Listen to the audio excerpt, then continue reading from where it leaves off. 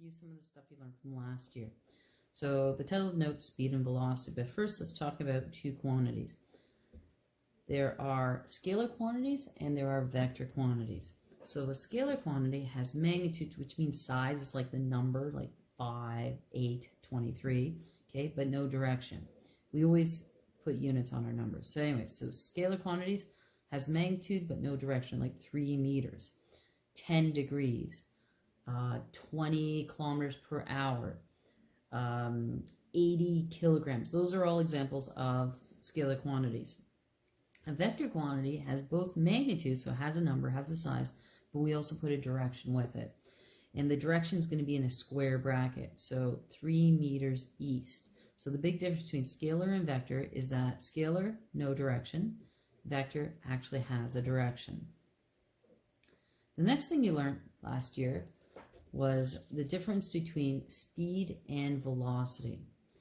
So both of them are basically the total either distance or displacement travel divided by time. So we're always going a distance divided by time or a displacement divided by time. So the big difference is in a speed, there's no direction. So we use the word distance divided by time. In a velocity, velocity is a scalar quantity.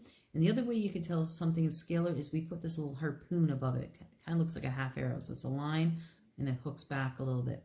So it's velocity is equal to the displacement divided by the time. Displacement is a vector quantity. So speed, scalar, velocity is actually a vector quantity. We also looked at graphs. So when you have a graph, finding the slope of the graph is actually really important to us.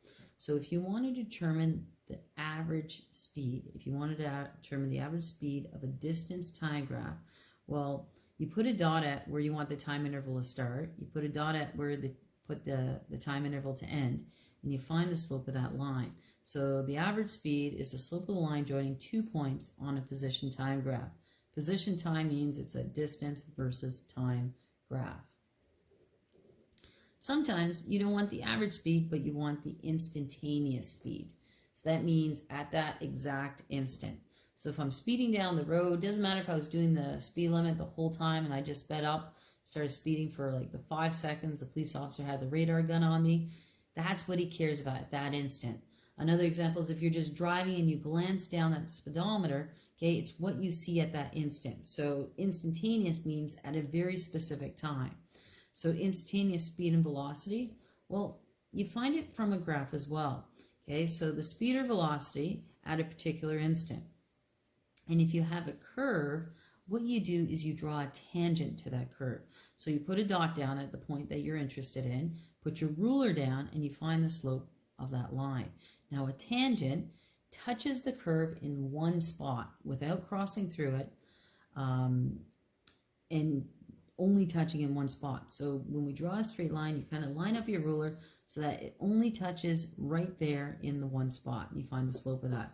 You're going to learn in calculus class this definition. It's the limit as t approaches 0 of delta d over delta t. But it's the same as we did last year. So you just draw a line that just touches the edge of the curve in one spot, and you find the slope of that line.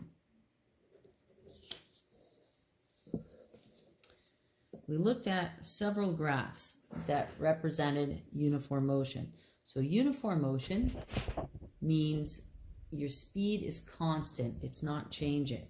So in the first graph here, I have a distance versus time graph. And if it's a horizontal line, let's pretend this distance was 3 meters. So at 1 second, I'm at 3 meters, 3 meters, 3 meters, 3 meters. I'm not going any further away. It means I'm basically standing still. The next one is if it's sloping up. Well, the slope of a distance time graph is my speed. So if I wanted to figure out my speed of a straight line, then all I have to do is find the slope of that line. So in a distance time graph, the slope of this one was just 0. The slope of this one will give me a number, and that gives me my speed. Another type of graph we looked at was a speed time graph. So let's pick a random number. Let's say this was 1 meter per second.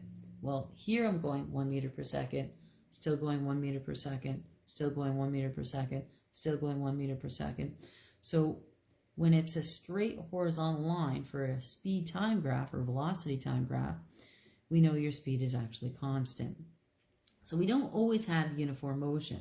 So straight lines when it's a distance time graph has to be a horizontal line when it's a speed time graph. But if your speed is changing, then what we have is acceleration.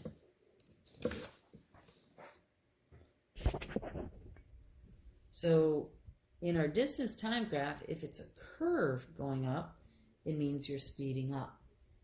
So anytime we have a speed time graph that's curved, it's not uniform motion, it's actually acceleration.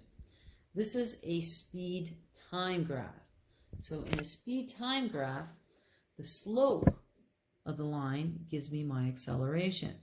Now, we did this as well last year, was if you take from the line and you drop it down to the x-axis, in case here it's a t-axis, it gives you your distance traveled or your displacement. So slope is the acceleration and the area is the displacement.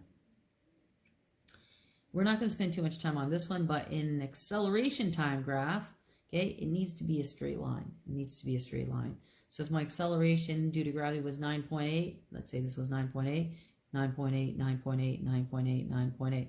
I'm still speeding up, but my acceleration is constant. Now, we had said way over here that when we slope up, we're speeding up.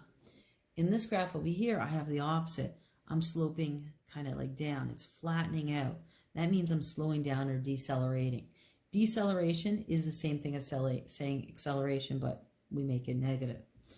If I do that tangent thing I talked about, so in the beginning here, if I put my ruler down, what we see is my slope is really steep.